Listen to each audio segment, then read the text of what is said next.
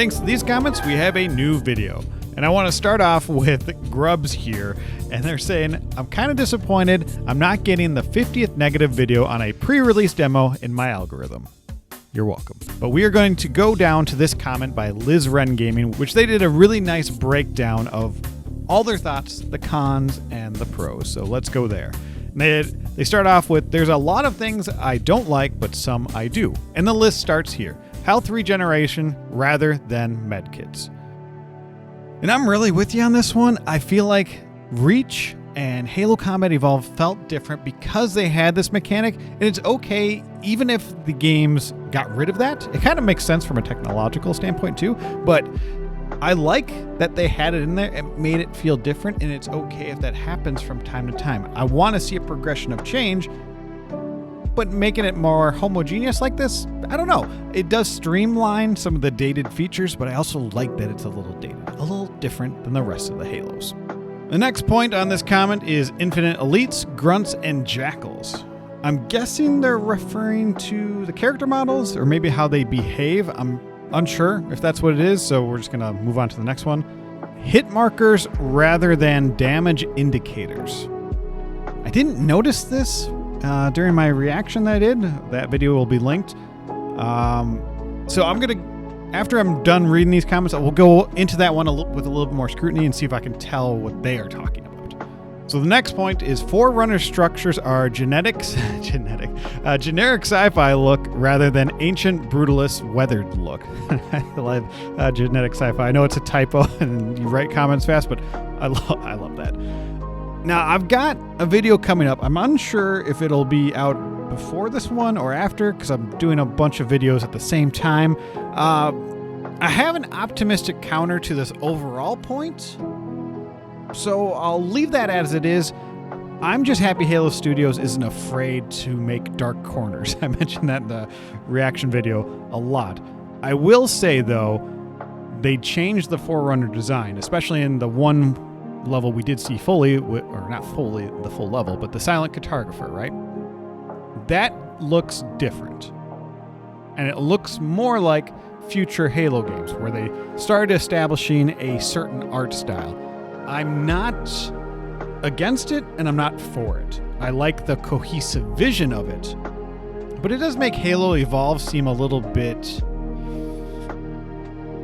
not as special, where it is more of an outlier with the art direction, which they change the art direction every single game. I don't know. I'm very mixed. You are remaking the first game, so you think you'd want to be as close to faithful as you can, but I also understand the argument of wanting to look like all the other Halo games at the same time to get that vision right. But I'm not sold on either way. The next point is the Marines don't have the metal armor that has been missing since Combat Evolved. I've definitely seen this particular take quite a few times. I've never been huge one way or the other. I've honestly just never nitpicked that. Sometimes I'm very specific on things I really want. Marines in my head have never been that thing where I'm like, oh, they really changed the design. I like the old design. I really do like that hyper green display they have over their eyes. But yeah, I'm not sure. I would like it to be the original because then it's more faithful to that. But this is just not, hyper green displays aside, this just isn't me. The Warthog feels floaty. I mentioned this also in my gameplay reaction. I do think it should be more squirrely. I haven't got my hands on it like a lot of people have. And from what I can tell is I think people like how it feels. So pre-release footage, a lot of stuff is going to change. But yeah, I agree. I feel like the Warthog should feel more like the original. Sprint, it ruins the level geometry.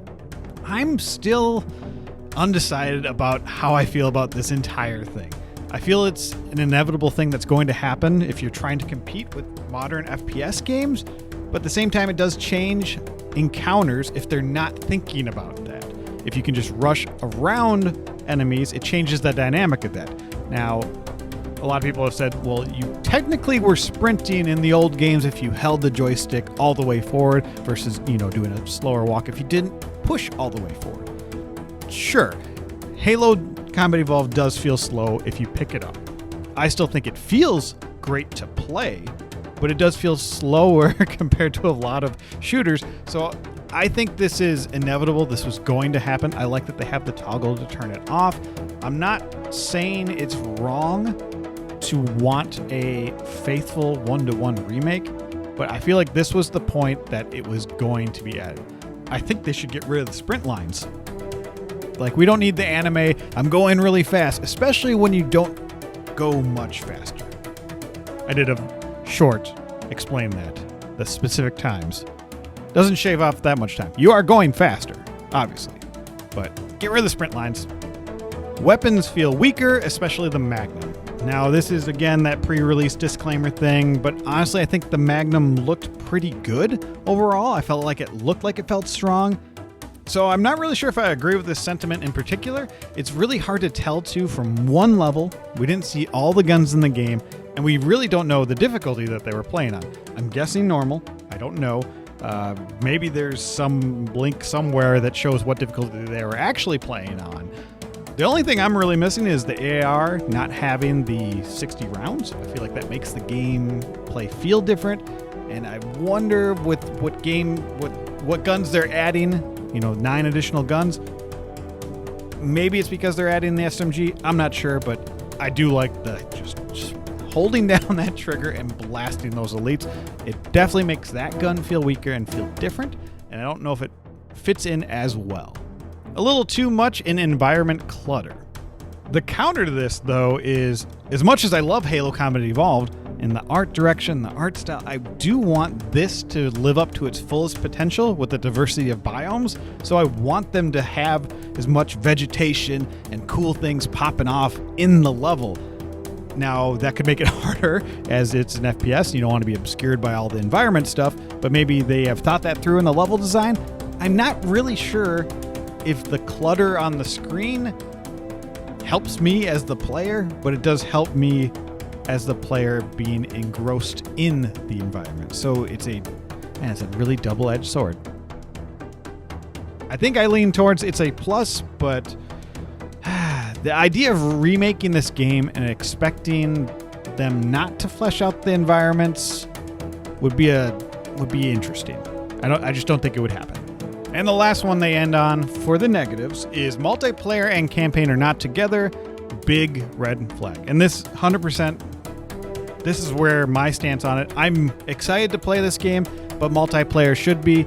I'm working on a video that talks about, I already had made a video about why I think that is true. So I'll link that down below. I'll put a little splash screen, hopefully somewhere around here with the thumbnail, so you can go right to there after this video if you want to. So if you're stripping out the PvP interactions on this game, maybe what a nice compromise would have been is maybe adding a firefight mode or something like that, like ODST. Give me that treatment. If you really want a multiplayer to be completely separate, but you're still going to add 4-player campaign co-op online, just give me like something else to do too. That'd be great. Now let's go over to the positive. Chief's armor looks great, but is a reused asset from Infinite. It's like a plus and a con. It does really look good. I'm really happy about that. Asset usage we'll talk about in a separate video. Foe Hammer getting some screen time. Yes, that is always a bonus. Extra characters on screen. Hunters feel more like a challenge rather than get one tap by the Magnum. Obviously, this depends on the difficulty, but also, yes, they definitely did mention that, and I've seen that going around, so sure, it's not there. That's cool. More skulls for campaign. Hopefully the new enemies are used for a legacy skull. Dude, I never even thought about skulls manipulating the enemies there. So that would be a perfect scenario for me where you're not breaking the lore and continuity things. You're bringing in the extra enemy varieties via skulls. That's a really good idea. I didn't think about that ever before. They've talked about the specific flood enemy, which I think they could put into the game without messing the story reasons for why it's there. But it's very subtle, and maybe they'll do it right. And I feel like from some talks, they are taking care not to retcon bomb this game, from what I can tell from what they're saying. But we will see. But having more skulls in the campaign, yeah, sounds good to me. Legacy enemies. Hopefully like brutes, drones, or unused enemies like juggernauts. Now, this could be a little bit of a spicy take for myself. I don't want to see brutes in this game at all. I want to look forward to that in the next Halo game. Give me something to look forward to, you know? Let me be excited about the potential of them showing up on the screen. As much as it's cool that enemy variety would be added to this game, we have plenty of enemy variety in the guns that they wield and in the types of enemies you group together, along with the level design around them. I don't need that many more enemies to make Combat Evolved good, because it was good back in the day. Now, I won't be sorely disappointed if the brutes are there and other legacy enemies, but that's me. And they end with, there's more, but hopefully I'm wrong. Me and you both. It's hard to be optimistic when you can fall much further in your disappointment, but this is where we are right now. Let's look at this gameplay and see if we can feel what they're talking about. All right, on screen I should have the gameplay reveal, and I should have my own footage that I took not that long ago. I've been replaying Halo Campaign Evolved, because why not? Why not? So the main thing I'm seeing is the change of when you're getting hit in Halo Combat Evolved, you definitely have the giant arrows on the screen, where in Remake, it seems like it's more in the center of the screen near your reticle. Shooting the elites definitely makes the shield pop a lot further away from their skin. You can't really tell that you're hitting them as much. I mean, you can definitely tell that I'm hitting the shots, the Magnum that this person that is playing the gameplay reveal, they are hitting the elite, but you can definitely tell you're activating the shield on Halo Combat Evolved. So maybe that's what they're talking about, hit markers rather than damage indicators. Maybe it's just all these the feedback of the reticle itself. I'm not exactly sure if that's what they were going for, but there you have it. And let's get back to positivity with another comment by the Suburban Taco. Great. Refreshing to see a positive take on this. You seem to understand that the game is Halo Combat Evolved if it were made today for modern audiences, ones that expect things like sprint. This game existing doesn't mean you can't play the original. I think that's also part of it, right? You just saw a clip from my gameplay footage, so yes, I can play that. I have access to it. I'm torn on this because that was my initial reaction to the gameplay, and I liked it. And I've thought about it more, and I still stand with the fact that, yeah, they are going to change some things because of the modern audience. But yeah, it's okay to be positive of some things. Another thing I wanted to bring attention to, because I think it's a pretty salient point, is from Gaming Wiki, and that is the comment, as long as I can sit down and play it with my family on the couch, I'm happy. Sometimes it's just as simple as that. You know, as we get more involved with a franchise, it becomes more a part of us. As we play more, that passion turns to anger sometimes when they change things. And sometimes you just have to take a step back and let it just be as simple as that. You can just ignore all the other noise, right? As long as you want to play it, go play it. As much as I like to be the positive person, let's end on the negative, calling me a shill. I can take it. It's okay. This comment says, yet another Halo is back 343 shill. Man, before talking about Halo, please do your homework. Somehow you say Halo Combat Evolved is your favorite game of all time, yet you not critiquing this abomination.